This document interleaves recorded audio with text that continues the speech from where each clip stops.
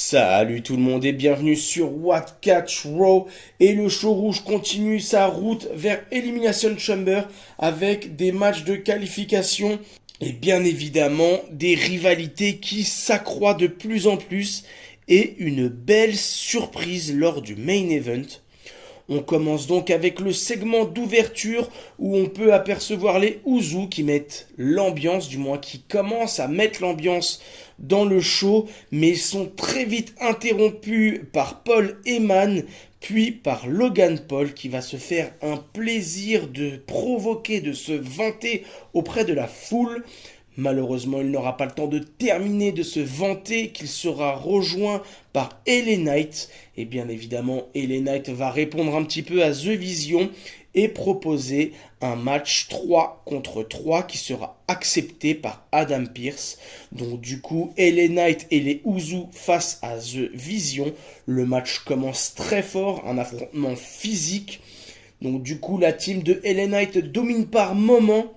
Mais on sent qu'il y a un moment donné où Bronson Reed va changer la donne, il va complètement changer le cours du match, donc il va imposer sa puissance, notamment en faisant passer LA Knight à travers une des barricades.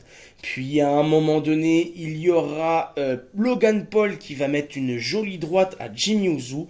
Bronson Reed lui va suivre avec son Tsunami Splash et va donner la victoire à The Vision. C'est un très très bon match, il y avait de la puissance. J'ai aimé le regarder, je mets donc la note de 3 sur 5 pour ce match. Et surtout, on continue avec l'arrivée surprise de l'homme masqué qui va cette fois-ci s'en prendre à Logan Paul.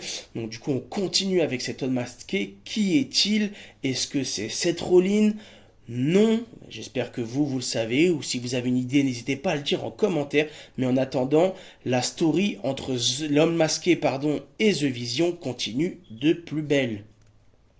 On continue donc avec le second match, celui des qualifications pour le Elimination Chamber féminin entre Asuka, Bayley et Natalya.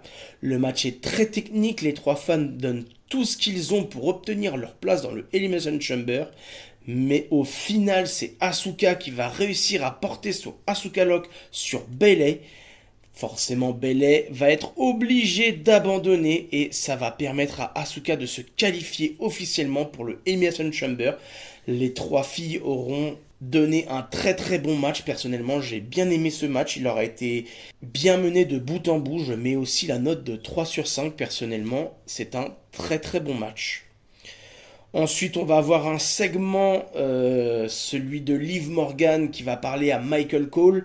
Donc elle est accompagnée de Dominic Mysterio, mais ce qui va nous intéresser dans cette interview, c'est l'apparition de Stephanie Vaquer. Donc du coup qui va s'en prendre verbalement à Liv Morgan. Et donc du coup elle va lui faire comprendre que elle est légitime à être championne et donc pas Liv Morgan. Et donc du coup on va voir Liv Morgan déstabilisée et clairement elle va partir en pleurs. Donc du coup est-ce que elle va vouloir se venger de cette humiliation et choisir Stephanie Vaquer donc à WrestleMania pour le titre World Heavyweight? On ne sait toujours pas qui Liv Morgan va choisir entre Jade Cargill et Stephanie Vaquer, mais il est possible que les mots de Stephanie Vaquer aient touché très très fortement Liv Morgan, et Liv Morgan pourrait peut-être choisir le World Heavyweight.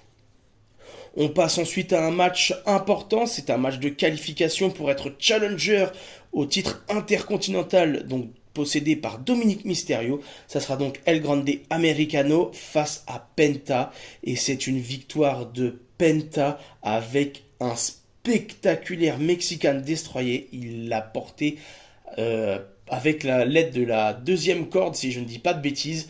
Et franchement, il aurait été incroyable. Un très très bon match. Bien évidemment, Rayo et Bravo auront fait ce qu'ils pouvaient pour aider El Grande Americano, mais sans succès. Et bien évidemment, pour Penta, c'est l'original El Grande Americano qui sera venu l'aider. Et victoire de Penta, je mets également la note de 3 sur 5 pour ce match qui aura bien été ficelé et bien construit. On va donc ensuite passer à une petite promotion, celle de CM Punk, qui sera rejoint par Finn Balor, par Dominic Mysterio et le retour de JD McDonough. Et donc du coup, bien évidemment, Finn Balor qui veut ce fameux titre World Heavyweight, qui veut gagner face à CM Punk, qui lui fait comprendre qu'il est le best in the world, mais CM Punk qui lui a un très bon parler au micro, va lui faire comprendre que c'est lui le best in the world et qu'il n'a rien à faire avec le Judgment Day, que justement le Judgment Day le plombe, il est comme une encre accrochée à son cou, dit-il. Donc du coup, est-ce que cela ne va pas créer une discorde entre Finn Balor et le Judgment Day? En attendant, comme je vous l'avais dit, malheureusement avec ce match entre Roman Reigns et CM Punk, j'ai peur que Finn Balor ne l'emporte pas et qu'on soit un peu spoilé. On va terminer donc avec le main event de la soirée, et quel main event entre Gunther, Dominic Mysterio et Javon Evans. Donc du coup forcément on aura eu un Dominic Mysterio qui aura été opportuniste et qui n'aura été que vers Javon Evans, alors que Gunther lui aura fait profiter de sa puissance pour Javon et pour Dominic. On aura pu voir Dominic Mysterio essayer de fuir Gunther, c'est ce qui aura été très drôle durant cette soirée, mais surtout la surprise et la victoire de Javon Evans, donc qui se qualifie pour le Elimination Chamber, car c'était un match de qualification. Il va donc porter un Oji Cutter sur Dominic Mysterio, et bien évidemment pourquoi? Car Dragon Lee sera venu porter discrètement un coup de cloche dans la tête de Gunther, qui ne pourra donc pas venir riposter et qui ne pourra donc pas venir empêcher ce tomber. Donc victoire surprise de Javon Evans. Donc n'hésitez pas à me dire en commentaire qu'est-ce que vous en pensez, si vous avez aimé ce show. Moi je mets la note de 3 sur 5 pour ce main event. Je mets la note de 3 sur 5 pour ce show. Il aura été très bien construit, ça aura été un très bon show. Donc n'hésitez pas à me dire ce que vous en pensez en commentaire.